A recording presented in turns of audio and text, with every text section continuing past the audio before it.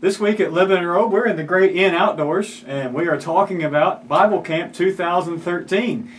I'm Adam Fallen. I'm joined by J.D. Buckner and Andrew Pate, and we may have different names today, I'm not sure, but we are excited about Bible Camp this year, and of course Bible Camp begins this coming Sunday, July the 7th, and J.D., I think there's been a little bit of planning going to camp this year.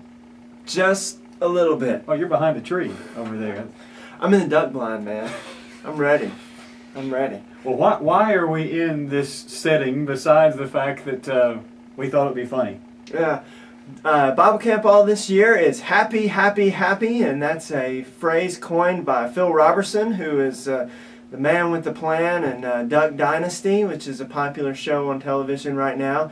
That's going to be a little bit about one of the driving pleasure things or fun things of camp, but what we're really focusing on is the Bible and what Jesus has to say about how to be happy, or is what you may recognize more as how to be blessed. We're going to be looking at the Beatitudes all week long. It's going to be fantastic. We're looking to have good weather. We've got a great plan, good staff and leadership there at camp this year, and great speakers. Lots of preparation been put in from tons of different people, and I'm so excited. I'm looking forward to this camp. I think it's going to be great. Yeah, the weather's going to be, if the people are correct. Yeah. The weather's going to, it's not going to feel like July. Let's put it that way. It's going to feel great. Well, Andrew, this is going to be the first time you've gone to camp with us here at Lebanon Road. What's something that you have seen in the preparation this summer and things that has you just pumped about going to camp with us? Besides, these two really good-looking, really strong guys. These two strong guys. I'd like to give a lot of props to Adam for the surprise he has for you. The books look amazing. So I think with the surprise. Yeah, but I think that's a surprise in itself, because the book, it looks like he went to Barnes and Noble and bought the whole shelf of books. It looks awesome. So I'm really excited about that, and I don't really know a lot of the activities, so I guess I will be surprised soon about some of the things that are going to go on. But I'm really excited about camp. Yeah, it's a great week, and you mentioned, JD, that obviously we do a lot of Bible. It's Bible camp. That's one thing you always emphasize as the director and the youth minister as well. Is that we have a ton of fun, but we really focus on the Bible. And since we're talking about being happy, that being the theme of camp, and you mentioned the Beatitudes, just kind of give those who either think about just coming up and visiting, or who may not be able to come. They watch the videos that may not be able to drive up during the week. Just kind of a 2-minute overview of where we're going with these look at the Beatitudes and why we chose that as something to talk about this year. Okay, well, before I do that, I did also want to say thank you to Adam for putting the books together, but I also want to say thank you to Allison Studer and Connie Rader, who did the content of the books. Adam did a great job with the layout, but those girls are really responsible for what went inside of those books. For the speakers and the memory verses. We've got some cool things planned for our normal activities. Bible camp, we chose happy, happy, happy because we wanted to center on something positive, and we wanted to really motivate the kids in knowing that Christianity is a good thing.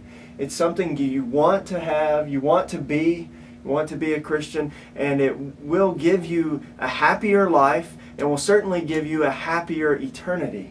And what better place to start with those kinds of thoughts than what Jesus has to say about these different types of individuals in Matthew chapter 5 who are blessed.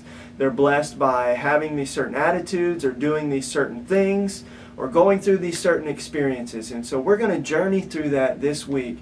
And we have a unique opportunity in the place that we have camp. It's in Greenbrier, Tennessee. It takes about 45 minutes to get up there from the church building. So that allows people to come up and visit on a regular basis. And we encourage everybody from the congregation to come up and see what goes on at camp. We've got a lot of fun activities, but we also have Bible classes every morning. We have 2 speakers each day. We've got some special alone time where kids study just the Bible and pray by themselves. We have devotionals with our cabins. We have singing nights. Lots of things that will really uplift and strengthen our students spiritually. So it is just set up to be a spectacular week. Yeah, we talked about this theme it's been a long time ago now, Yeah. what February or March or somewhere in there, we kind of started narrowing down the theme. One of the things I really appreciated in that meeting and in meetings that followed to kind of tweak it was that we wanted to talk about happiness, but we wanted to be honest with the young people too, that being a Christian doesn't mean everything is going to be happy. Right. And Andrew, maybe you can speak to this just for a moment about, kind of give a little preview here. When you look at the Beatitudes, you read them and some you go, how are you happy in that? Blessed are those who mourn. Like, really?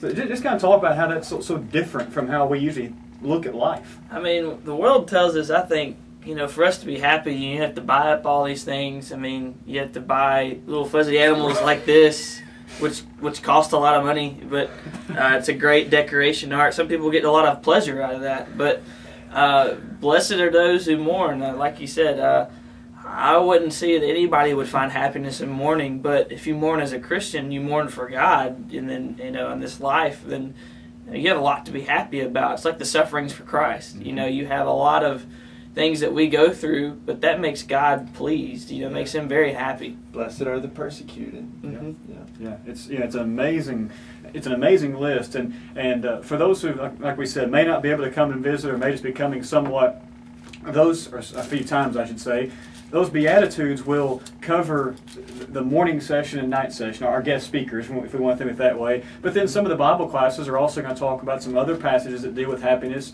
You think of passages from Philippians, where it's just constant, rejoice in the Lord always, Philippians 4:4.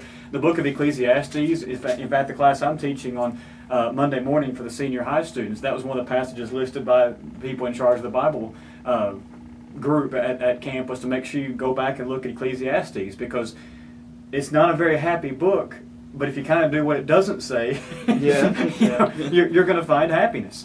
And so Andrew's gone ahead and turned there. But before we close and just give a couple of reminders, Andrew, take a moment and let's end the lesson part of the devotional by reading those Beatitudes. I think that'd be fitting. And then JD, I'll let you kind of give a little last plug for camp. But go ahead and read those Beatitudes, okay. Andrew, starting in Matthew 5, verse 3, and then JD kind of give us a little plug for camp one last time. All right. Blessed are the poor in spirit, for theirs is the kingdom of heaven. Blessed are those who mourn, for they shall be comforted. Blessed are the meek, for they shall inherit the earth. Blessed are those who hunger and thirst for righteousness, for they shall be satisfied. Blessed are the merciful, for they shall receive mercy.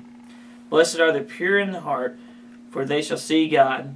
Blessed are the peacemakers, for they shall be called sons of God. Blessed are those who are persecuted for righteousness' sake, for theirs is the kingdom of heaven. And blessed are you, when others revile you and persecute you and utter all kinds of evil against you falsely on my account. Rejoice and be glad, for your reward is great in heaven, for so they persecuted the prophets who were before you. All right, this is JD coming from the duck blind, telling you don't want to miss out on Bible Camp 2013. Happy, happy, happy. It's going to be a week you won't regret. Registration is from 2 to 5 on Sunday at the camp in Greenbrier, Tennessee. The address is on the applications. It's also on the website. And we will be picked up on Friday at 8 p.m. It's going to be a week that everyone will surely enjoy. We'll be happy, happy, happy. And we will not be the blessed or those who hunger, because I hear the food is amazing there. We won't understand that one. Yeah, we will skip that one. But no, we are looking forward to a great week. We will not have a video next week because, well, technology sort of lags out in the great outdoors. So recording something like this probably will not happen, but we should be back with you in 2 weeks for the videos. Of course, we don't really have any announcements because this kind of dominates our calendar for the next week. We'll start this Sunday, July 7th with camp, and we're looking forward to that. We look forward to being back with you in 2 weeks. Until then, this is This Week at Lebanon Road.